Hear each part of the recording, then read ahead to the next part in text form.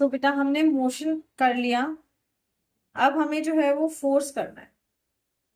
क्या करना है? Force. So what is force? Force क्या है आपके पास में? फोर्स क्या है आपके पास? देखो मोशन आपने किया कि भाई मोशन हो रहा है हमारे पास में, कब होता है मोशन? ये मार्कर यहाँ रखा है, ठीक है, ये मार्कर यहाँ रखा है। अब इसको मैं घूरती रहूं 4 घंटे 5 घंटे, घूरती रहूं, क्या ये मार्कर अपनी जगह से हिलेगा? नहीं भाई, नहीं हिलने वाला ये मार्कर अपनी जगह से। अगर मैं इसके चारों तरफ ऐसे डैप डैप डैप डैप करूं तब भी क्या ये मार्कर अपनी जगह से हिलेगा? नहीं हिलना है वाला ये अपनी जगह से। पर अगर मैं इसको शूट करूं, हिलेगा? मैंने इसको शूट किया, हिला? If I pick it up and put it here, हिलेगा? यस और नो? है ना? अब कैसे हुआ? मैंने शूट किया था, ऐसा क्या मिला इसे कि अपनी जगह से हिला? जब आप किसी चीज पे इस तरह से आप उसको पुश कर रहे हैं या उसको पुल कर रहे हैं, दैट इज व्हाट। क्या फोर्स कर रहे हैं आपके पास में? क्या फोर्स को आप देख सकते हैं? क्या फोर्स को आप देख सकते हैं? क्या फोर्स को आप फील कर सकते हैं? जब उसको देख ही नहीं सकते तो टच कहाँ करेगा? सिर्फ आप फोर्स के इफेक्ट को महसूस कर सकते हैं, फोर्स को नहीं, फोर्स के इफेक्ट को आप महसूस कर सकते हैं। मैं इस मार्कर को पूरा प्रेशर के साथ में यहाँ पे कंप्रेस कर रही हूँ, ठीक है। अब मैं इस पे फोर्स लगा रही हूं, इस फोर्स के इफेक्ट को कौन फील कर रहा है? एक तो ये, और एक मेरा थंब, है कि नहीं? थोड़ी देर बाद निकालेंगे तो मेरे थंब पे एक स्टेम बन गई, है कि नहीं? क्यों? क्योंकि जब मैंने इस पे फोर्स लगाया तो यहां से इसने भी कुछ फोर्स लगाया, जिस कारण से इसका एक इंप्रेशन क्रिएट हो गया। तो आप फोर्स को थोड़ी ना महसूस कर रहे हो, उस एबिलिटी को या उस इनबिल्ट जो भी आपके पास एनर्जी, आप उसको महसूस नहीं कर पा रहे हो, पर उसके इफेक्ट को महसूस कर पा रहे हैं। समझ में आ रही है बात? उसके इफेक्ट को महसूस कर पा रहे हैं आपके पास में, और यही फोर्स है जिसके कारण क्या होता है? मोशन होता है। क्या होता है? मोशन होता है। पर क्या मोशन हमेशा सेम होता है? नहीं, अलग अलग होता है, चेंज होता है। तो ये जो कॉज ऑफ मोशन होता है भाई, जिसके कारण मोशन हो रहा है, इसे कहते हैं हम डायनामिक्स। फिजिक्स की लैंग्वेज में क्या कहेंगे इसे? डायनामिक्स। आपके पास में फिजिक्स की लैंग्वेज में आपके पास में इसको कहते हैं हम dynamics.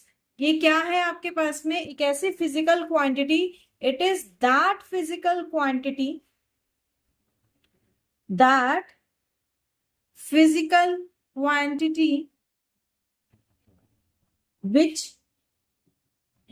we can neither see nor touch।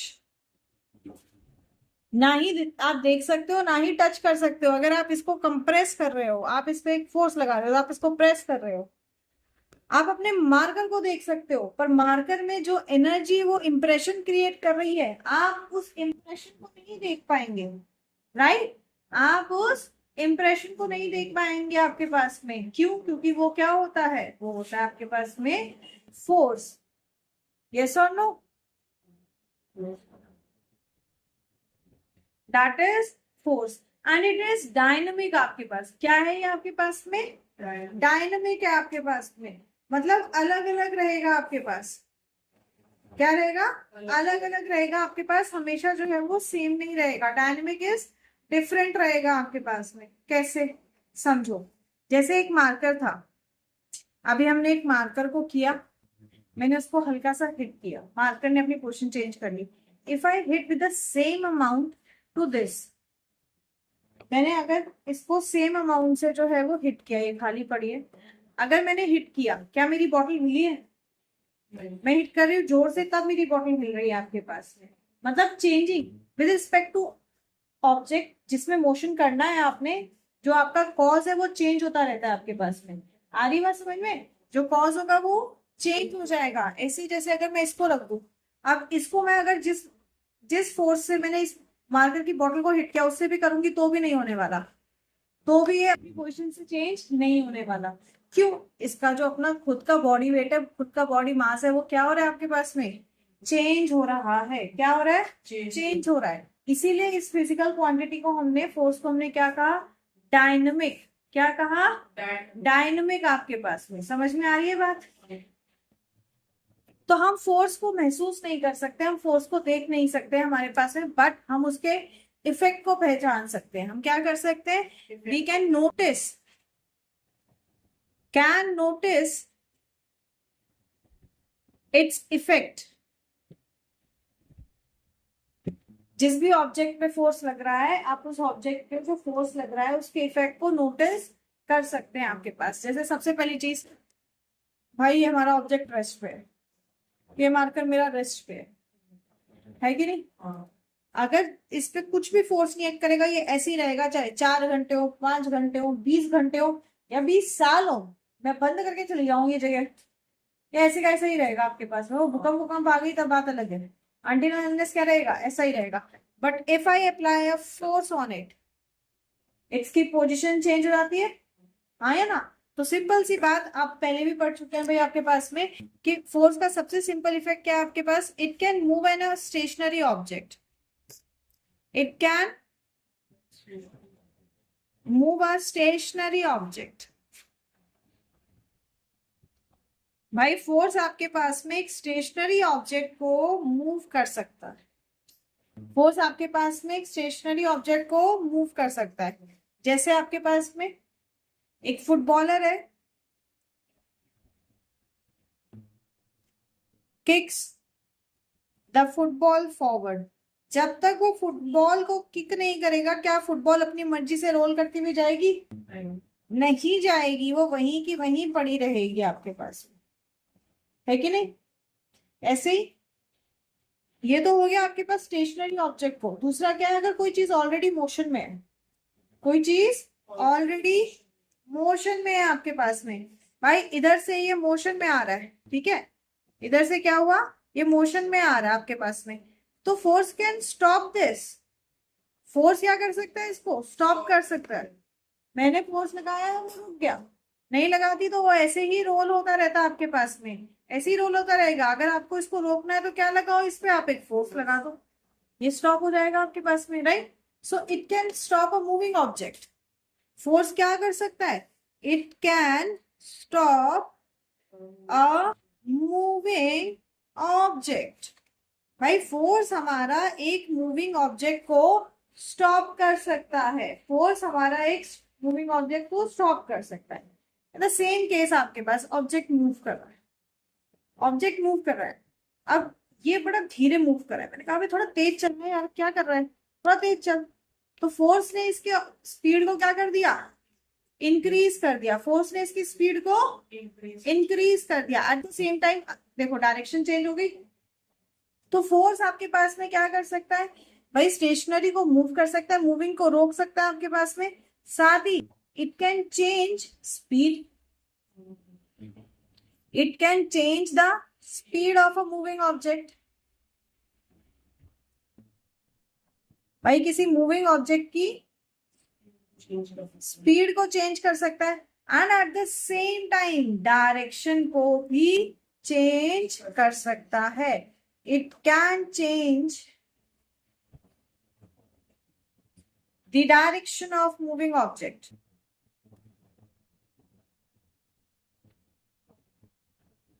जैसे भाई एक बॉलर है, भाई बॉलर तो इधर विकेट कीपर के स्टंप के यहां से इधर से आके उसने बॉल को फेंका, ठीक है, बैट्समैन ने उसको हिट किया।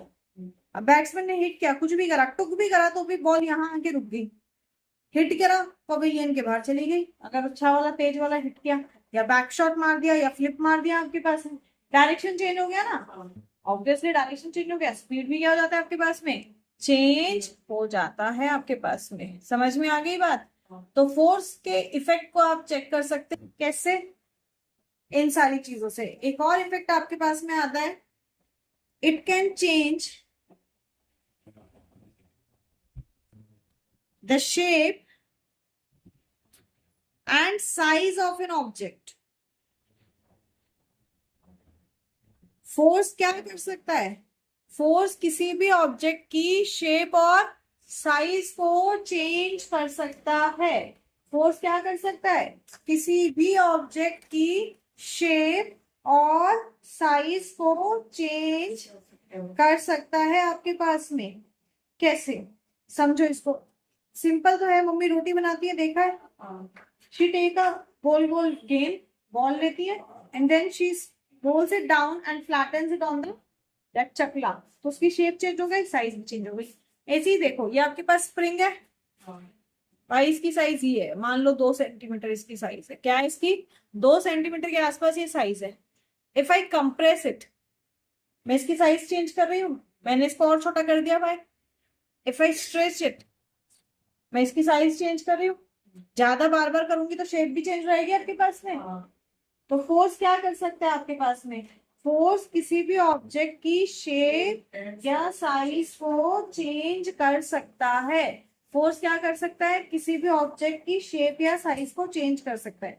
तो 5 सिंपल सी बातें जिनसे आप पता कर सकते हो भाई हमारे ऑब्जेक्ट पे क्या लग रहा है, फोर्स। अगर वो स्टेशनरी है और वो रेस्ट पे आ गया, या वो मूविंग है और वो रेस्ट पे आ गया आपके पास में, सॉरी स्टेशनरी है और मूविंग में आ गया आपके पास, मूव करने लग गया, या फिर अगर मूविंग है और रेस्ट पे आ गया, स्टेशनरी पोजीशन में आ गया आपके पास, या फिर उसकी स्पीड चेंज हो रही है, उसकी डायरेक्शन चेंज हो रही है, एंड शेप या साइज चेंज हो रही है। इन सभी कंडीशंस में हम कहेंगे कि भाई हमारे पास क्या हुआ, सब्सटेंस पे कोई ना कोई फोर्स अप्लाई हुआ। क्या कहेंगे, क्या हुआ, सब्सटेंस पे कोई ना कोई फोर्स अप्लाई हुआ। अब ये जितना भी फोर्स कभी भी लग रहा है, ये फोर्स 2 तरीके से है आपके पास में, इट्स आइदर पुश और पुल। स्प्रिंग को मैं दबा रही हूँ, पुश, खींच रही हूँ, पुल आपके पास में। तो ये जो फोर्स आपके पास में अप्लाई हो रहा है हमारे पास, ये क्या है, पुश या पुल आपके पास में। तो फोर्स क्या है, इट इज अ पुश और पुल, इट इज अ पुश और पुल। भाई एक पुश या पुल आपके पास में जो किसी भी ऑब्जेक्ट में किया गया, ठीक है, क्या हुआ आपके पास, एक पुश या पुल जो किसी भी ऑब्जेक्ट में किया गया, उससे क्या हुआ, दैट प्रोड्यूसेस द डिजायरेबल और डायनेमिक इफेक्ट। भाई ऐसा पुश या पुल जिसके कारण जो हमने ऊपर जितने भी इफेक्ट डिस्कस किए, वैसा कोई इफेक्ट आपके पास में आ रहा है जो कि आपके पास क्या है, डायनेमिक है, मतलब वो चेंज हो सकता है, ऐसा नहीं है कि वो वैसा का वैसा परमानेंट रह जाएगा, वो चेंज हो सकता है। समझ में आ रही है बात। अब समझो इसको एक बार स्प्रिंग से। आई हैड अ स्प्रिंग, मैंने अभी आपके सामने एक स्प्रिंग ली,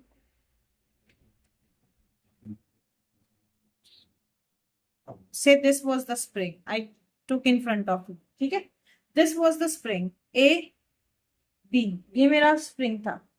मैंने 2 केस किए, आगे करो, बैठो नहीं। मैंने 2 केस किए, मैंने एक तो इसको कंप्रेस किया, दूसरा मैंने इसको क्या किया, स्ट्रेच किया। एक मैंने इसको कंप्रेस किया, दूसरा मैंने क्या किया, स्ट्रेच किया। So when I compress the spring, मतलब जब मैं उसको दबा रही हूं, तो मैं यहां से एक फोर्स, यहां से एक फोर्स, दोनों तरफ से फोर्स लगा रही हूँ, मे बी इक्वल हो दोनों तरफ से, आपके पास में अनइक्वल है कि नहीं। जब मैंने ये लगाया तो मेरा स्प्रिंग एक दूसरे के पास में आ गया, माई स्प्रिंग रिड्यूसेस टू दिस, इसकी साइज रिड्यूस हो गई, राइट, इसकी साइज रिड्यूस हो गई आपके पास में। दैट मीन्स कुछ अमाउंट ऑफ फोर्स लग रहा होगा, कुछ फिजिकल वैल्यू होगी, कुछ न्यूमेरिक वैल्यू होगी, जितना मैंने लगाया है जिस कारण से ये इफेक्ट मिल रहा है। अगर और लगाऊंगी तो और भी ज्यादा इफेक्ट मिल जाएगा, और पास आ जाएगी आपके पास में, ठीक है। अब सेम चीज मैं स्ट्रेच कर रही हूँ, अब जब मैं इसको स्ट्रेच कर रही हूँ, आप समझो जब मैं स्ट्रेच कर रही हूँ तो मैं इधर एक फोर्स लगा रही हूँ इस एंड पे, और एक फोर्स इस एंड पे लगा रही हूँ, दोनों एंड पे लगा रही हूँ उसको एक दूसरे से दूर ले जाने के लिए। इफेक्ट क्या आ रहा है कि मेरी स्ट्रिंग की साइज जो है वो इंक्रीज हो जा रही है, मेरी इसकी साइज क्या हो गई, इंक्रीज हो गई, और करूंगी तो और ज्यादा इंक्रीज हो जाएगी भाई, यस और नो। मतलब अगर आपने उसका अमाउंट ऑफ स्ट्रेंथ को चेंज किया तो अप्लाइड फोर्स भी चेंज हो गया, हाँ ये ना। और आप डायरेक्शन अलग भी रख सकते हो, जरूरी नहीं है एक ही डायरेक्शन में काम करे, जिस डायरेक्शन में डिस्प्लेसमेंट हो अपोजिट डायरेक्शन में भी काम कर सकता है। दैट मीन्स फोर्स के पास दोनों चीजें हैं। क्या? Force has both magnitude and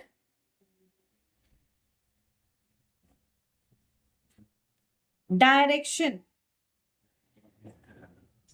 force has both magnitude and direction. अब मैं कहूं भाई मैंने स्प्रिंग पे फोर्स लगाया, तो बंदे यूं देखेंगे मेरा मुंह, हाँ मैडम लगाया, क्या हुआ?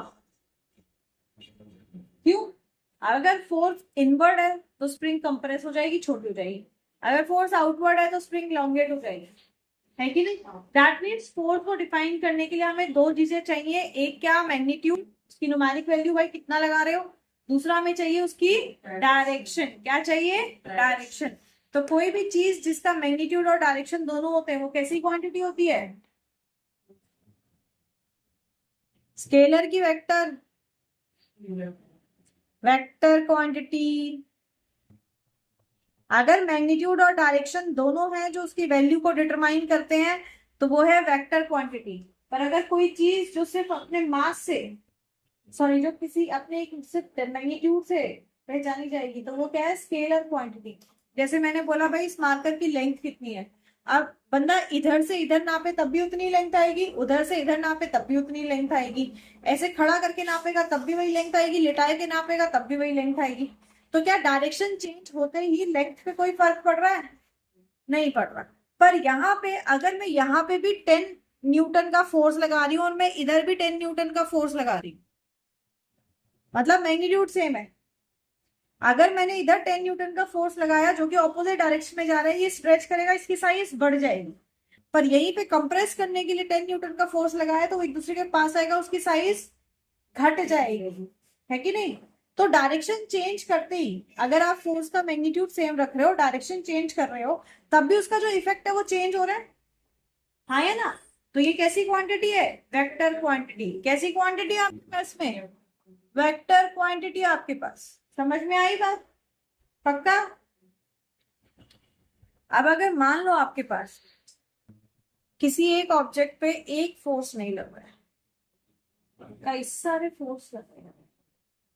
किसी एक ऑब्जेक्ट पे आपके पास में कई सारे फोर्स लग रहे हैं आपके पास में, जो कि आपके पास सेम एक्सेलरेशन प्रोड्यूस कर रहे हैं।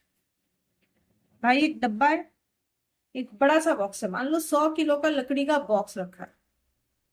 मम्मी ने हुक्म दिया बेटा इस बॉक्स को घसीट घसीट के या कैसे भी करो मुझे नहीं पता, पर इसको मेरे कमरे से दफा करो। अब भाई मैं खड़ी हुई, मैंने इसको धक्के मार मार के निकालने की कोशिश करी, आज सारी जान निकल, पर ये बॉक्स टस का मस नहीं हुआ। बड़ा मना के मोमो का लालच दे के भाई को लेके आई, चल बेटा दोनों मिलके धक्का मारते हैं।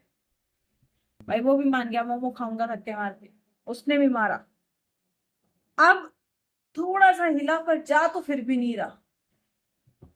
मेरे भाई ने कहा अगर मेरे दोस्तों को भी खिलाती हो तो अब भी 2 मिनट में काम करा देता हूँ। मैंने कहा जा बुला ले। ले आया भाई साहब 2-4 अपने और दोस्त,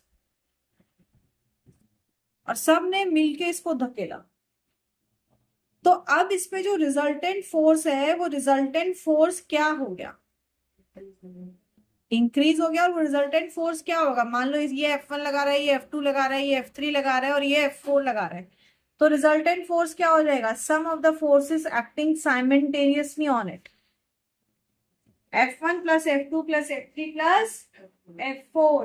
भाई जितने भी साइमल्टेनियस फोर्स लग रहे हैं आपके पास में, ये सारे के सारे क्या हो जाएंगे? सम मिलके क्या हो जाएंगे? Resultant force. क्या हो जाएगा? रिजल्टेंट फोर्स आपके पास। समझ में आई बात? पर 2 घन चक्कर है, इनमें से 2 घन चक्कर है। अरे हिलाओ जल्दी, हिलाओ जल्दी हिलाओ। कह रहे क्यों हिलाना है भाई, इधर ही रखते हैं। और दिमाग खराब हो गया उनका, और वो दोनों इधर से आके धक्का मारने लग गया। अब भाई हम 2 इधर से धक्का मार रहे और 2 इधर से धक्का मार रहे। इधर ये F1 और F2 तो इधर से ही मार रहे, F3 और F4 कहते हैं रुक जाओ भी बताते हैं तुम्हें, पहले हमें बताओ क्यों लेके जाना है इसको।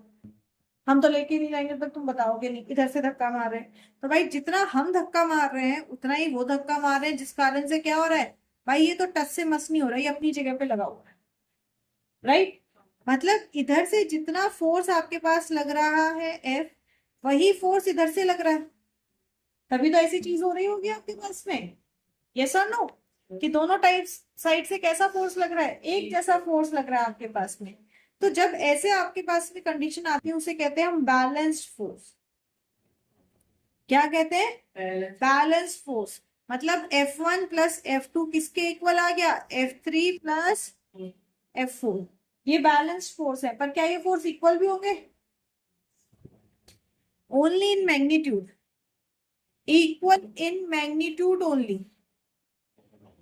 भाई इधर से 100 न्यूटन लगा तो इधर से भी 100 न्यूटन लगा, मैग्नीट्यूड में इक्वल है। पर बेटा जरा डायरेक्शन देखो, डायरेक्शन इसकी क्या है? टुवर्ड्स ईस्ट, इसकी क्या है? Towards waste. तो फोर्सेस अगर बैलेंस्ड है तो भी जरूरी नहीं है फोर्स इक्वल होंगे, क्योंकि डायरेक्शन वैरी करेगी, बट उनका मैग्नीट्यूड क्या होगा आपके पास? इक्वल। समझ में आ रही है बात? मैग्नीट्यूड क्या होगा? इक्वल होगा। That means if we are talking about balanced forces, तो these are those forces which are acting on an object to make it in a condition of rest or uniform motion। भाई अगर rest पे तो rest पे रह रहा है, और अगर यूनिफॉर्म मोशन में, मतलब अगर यहां से इसको जो है वो और तेज भगाने की कोशिश की जा रही है तो इधर वाले उसकी स्पीड को बढ़ने नहीं दे रहे। तो यूनिफॉर्म में है तो यूनिफॉर्म में ही रहेगा आपके पास में। क्या रहेगा? यूनिफॉर्म। उसकी जो है वो आपके पास चेंज नहीं होगी। क्या कहेंगे हम कहेंगे भाई व्हेन टू और more forces acting simultaneously, acting simultaneously मतलब साथ साथ, on an object do not produce acceleration. Acceleration क्या होता है? मोशन में क्या होता है? Change in velocity. तो भाई वो एक्सेलरेशन तो कर ही नहीं रहे, उसकी वेलोसिटी चेंज कर ही नहीं रहे आपके पास। Then the forces are balanced force. तब ऐसे में इनको क्या कहेंगे? Balanced force. क्या कहेंगे? बैलेंस्ड फोर्सेस हमारे पास, कि भाई उसका जो आपके पास एक्सेलरेशन है वो तो कुछ भी नहीं आ रहा, मतलब उसका magnitude of acceleration remains same आपके पास, there is no change. That is known as आपके पास में बैलेंस्ड फोर्स। समझ में आ गई बात? पर अगर मान लो भाई एक तरफ जो है वो आपके पास में बंदा है, एकदम 100 किलो का बंदा, अकेला बंदा ही 100 किलो का है भाई, तो इधर से जो फोर्स लग रहा है आपके पास से 150 न्यूटन लग रहा है। कितना लग रहा है? 150 न्यूटन लग रहा है। मतलब ये इसको 150 न्यूटन से धक्का मार रहा है और ये इसको 100 न्यूटन से धक्का मार रहा है। अब ऐसे कंडीशन में ये बॉक्स किस तरफ जाएगा, या जाएगा ही नहीं? पहले बताओ, जाएगा किस तरफ जाएगा? टुवर्ड्स वेस्ट या towards east? Very good, towards waste. जो इसका नेट मोशन होगा वो क्या होगा? टुवर्ड्स वेस्ट आपके पास। क्या होगा आपके पास? टुवर्ड्स वेस्ट आपके पास। क्यों? क्योंकि ऐसे कंडीशन में हमारे पास क्या हो गया? F3 प्लस F4 क्या होगा? Greater than F1 plus F2, इससे बड़ा होगा आपके पास, और इसलिए वो कहेंगे अनबैलेंस्ड फोर्स। क्या कहेंगे? Unbalanced.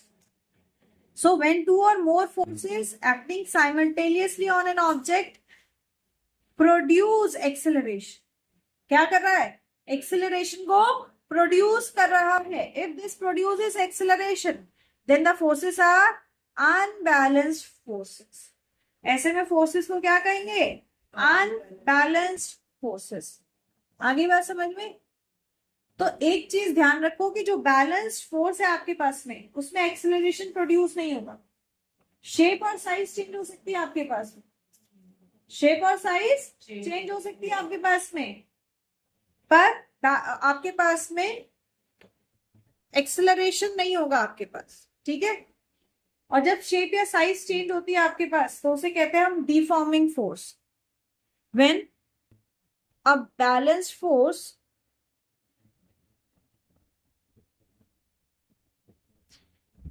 changes shape and size of an object, it is called deforming force, क्या कहेंगे? डीफॉर्मिंग फोर्स, क्योंकि उसने उसकी शेप को बदल दिया। क्या कर दिया? शेप को बदल दिया। बेस्ट एग्जांपल है, आप रबर बैंड यूज करते हैं, देखा होगा मम्मी दीदी कोई भी घर में रबर बैंड यूज करता है, तो वो रबर बैंड आता है, उसकी शेप इतनी सी होती है, छोटी सी। अब अगर डेली यूज में तुम्हारी मम्मी या तुम्हारी दीदी जो है वो रबर बैंड यूज करती है, तो कुछ तुम 2-2.5 महीने बाद अगर अच्छी क्वालिटी का है तो देखोगे उसकी साइज बढ़ गई, इतनी हो गई। हाँ या ना? अब आपके पास में क्या हुआ, अगर ये अनबैलेंस्ड फोर्स होता तो उसकी पोजीशन अपने आप से बदल जाती, पर अपने आप से तो बदल नहीं रही है। और ये शेप और साइज भी तुरंत नहीं हुई है आपके पास में, ये भी एक टाइम के साथ हुई है आपके पास में। तो ऐसे फोर्स को, बैलेंस फोर्स को कहते हैं हम डीफॉर्मिंग फोर्स। क्या कहेंगे? डीफॉर्मिंग फोर्स। समझ में आई बात? अच्छा, एक तो ये हो गया फोर्स का क्लासिफिकेशन आपके पास स्ट्रेंथ के बेसिस पे। दूसरा आपके पास क्लासिफिकेशन आता है फोर्स का contact and non contact force.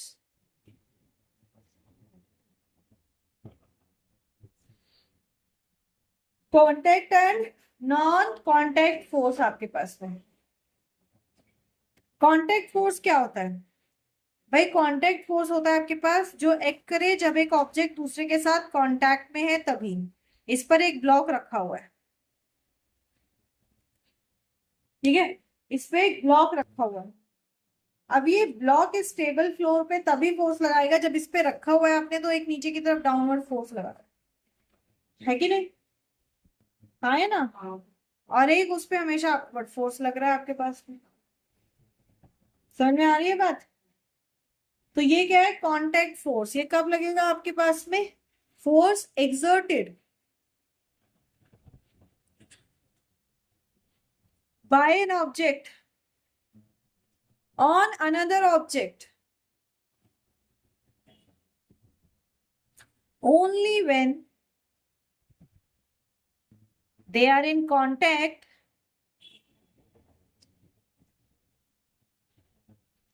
with each other। भाई तभी आपके पास में करते हैं जब वो एक दूसरे के साथ में कांटेक्ट में हो।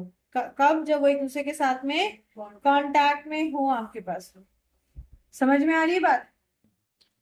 जैसे आपने अगर अपने सर पे कोई सामान रखा हुआ है, एक कुली है, उसने अपने सर पे एक सामान रखा हुआ है, तो वो उस सामान को ऊपर की तरफ एक फोर्स लगाता है, अपने हाथ लगा के वो उसको सपोर्ट करता है ताकि उसके सर पे एकदम एक्सर्ट प्रेशर ना आए, है कि नहीं? पर वही सामान उसको एक डाउनवर्ड भी फोर्स लगा रहा है। हाँ या ना? जब तक वो उसके सर के कांटेक्ट में नहीं होगा क्या वो फोर्स लगाएगा? नहीं लगाएगा।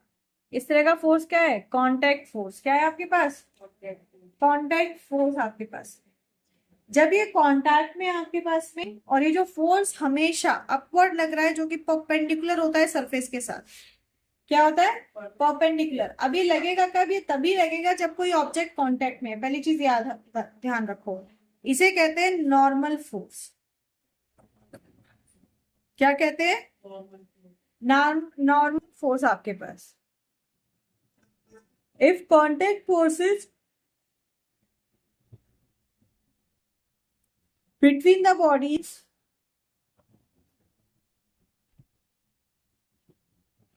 are perpendicular to the surface of contact। किसके साथ? ये सरफेस के साथ। भाई टेबल के जिसके साथ कनेक्टेड है उसके साथ में क्या आपके पास में? परपेंडिकुलर है, तो उसे क्या कहेंगे? उसे कहेंगे हम कांटेक्ट नॉर्मल फोर्स। कांटेक्ट तो है क्योंकि कांटेक्ट में है, टच में है दोनों सरफेस, बट परपेंडिकुलर है तो क्या कहलाएगा? Normal force. क्या कहलाएगा? नॉर्मल फोर्स आपके पास में।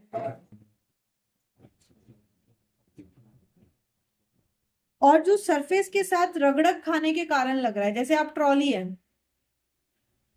वहां मेरी ट्रॉली, ट्रॉली में नीचे टायर होते हैं, ऐसी होती है। अब कोई बंदा जब इसको लेके जा रहा है तो ये जो आपके पास टायर्स है ये सरफेस के साथ में, ये सरफेस के साथ में क्या कर रहे हैं? कांटेक्ट में आ रहे हैं आपके पास में, बट आपके पास टोटली कांटेक्ट में नहीं है आपके पास, बट दे आर कांटेक्ट। आपके पास में, तो ऐसे में एक ऑपोजिट फोर्स लग रहा होता है।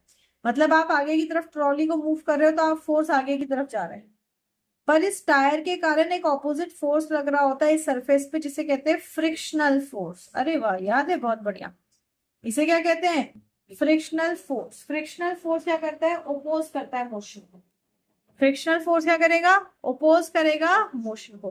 दैट मीन्स अगर किसी कंडीशन में आपके पास में ऑब्जेक्ट जो है वो चलता जा रहा है, ऑब्जेक्ट क्या है, किसी सरफेस से कांटेक्ट में, और उसका मोशन रुक नहीं रहा, मोशन चलता जा रहा है, तो हम कहेंगे कि उसका फ्रिक्शनल फोर्स क्या है? बहुत कम है। वेरी गुड, बहुत कम है। और अगर फ्रिक्शनल फोर्स ज्यादा है तो वो मूव नहीं कर पाता। नॉन कांटेक्ट फोर्सेस वो फोर्सेस जो बिना किसी तरह के कांटेक्ट के भी ऑब्जेक्ट में होल्ड पे रहते हैं, उन्हें कहते हैं नॉन कांटेक्ट फोर्स। जैसे ग्रेविटेशनल पुल। ग्रेविटेशनल पुल आपके पास, देखो ये अर्थ सरफेस है तो ये हमेशा डाउनवर्ड होगा। ग्रेविटेशनल फोर्स क्या होता है आपके पास में? हमेशा जो है वो डाउनवर्ड होता है आपके पास में। जैसे न्यूटन साहब ने किया था ना, वो पेड़ पर से एप्पल गिरा, एप्पल नीचे ही आया। मार्कर को ऊपर से फेंका, मार्कर नीचे ही आया। अगर इसको ऊपर भी फेंकूंगी तब भी नीचे ही आएगा आपके पास में, ऊपर नहीं जाएगा। क्या है? वापस नीचे ही आएगा। क्यों? क्योंकि इस पे ग्रेविटेशनल फोर्स लग रहा है। क्या लग रहा है? ग्रेविटेशनल फोर्स लग रहा है। हमेशा डायरेक्शन क्या होगी? डाउनवर्ड। पर इसके लिए कांटेक्ट जरूरी नहीं है ना भाई। ये तो यहाँ पे मार्कर मेरे पास, पृथ्वी का जो लेवल है वो तो काफी नीचे है। मैं तो फर्स्ट फ्लोर में बैठी हूँ, जमीन तो नीचे है ना, पर फिर भी मैं फेंकूंगी तब भी नीचे ही आएगा आपके पास। तब भी क्या करेगा? नीचे ही आएगा आपके पास में। थोड़ा हो गया अपना। क्यों? क्योंकि ये आपके पास में क्या लग रहा है? Gravitational force. तो gravitational force is a non contact force. Gravitational force is a non contact force. ऐसे आपके पास में मैग्नेटिक या फिर इलेक्ट्रोस्टैटिक फोर्स। मैग्नेटिक और स्टैटिक, इलेक्ट्रोस्टैटिक फोर्स, ये भी आपके पास में क्या है? नॉन कांटेक्ट फोर्स का एग्जांपल है। किसका एग्जांपल है? नॉन कांटेक्ट फोर्स का आपके पास में एक एग्जांपल है हमारे पास में। अगर आपके पास में ऑब्जेक्ट कांटेक्ट में नहीं होगा तब भी वो एक दूसरे की तरफ आता है आपके पास में। क्या करेगा? वो एक दूसरे की तरफ आएगा आपके पास। देखो जैसे ये, this is a small magnet, obviously इसकी मैग्नेटिक स्ट्रेंथ बहुत कम है। This is a small magnet, और ये मेरे पास में एक स्टेपलर है जिसकी कुछ बॉडी में आपके पास एल्यूमिनियम और आयरन और स्टील कुछ होगा इसमें।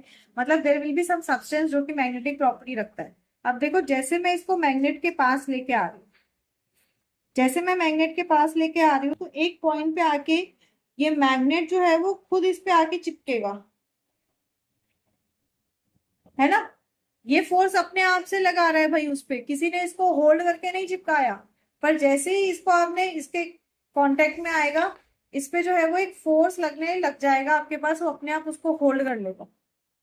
यस और नो? वो अपने आप उसको होल्ड कर लेगा। This is what? This is also a non contact force. ये भी आपके पास एक नॉन कॉन्टेक्ट फोर्स है।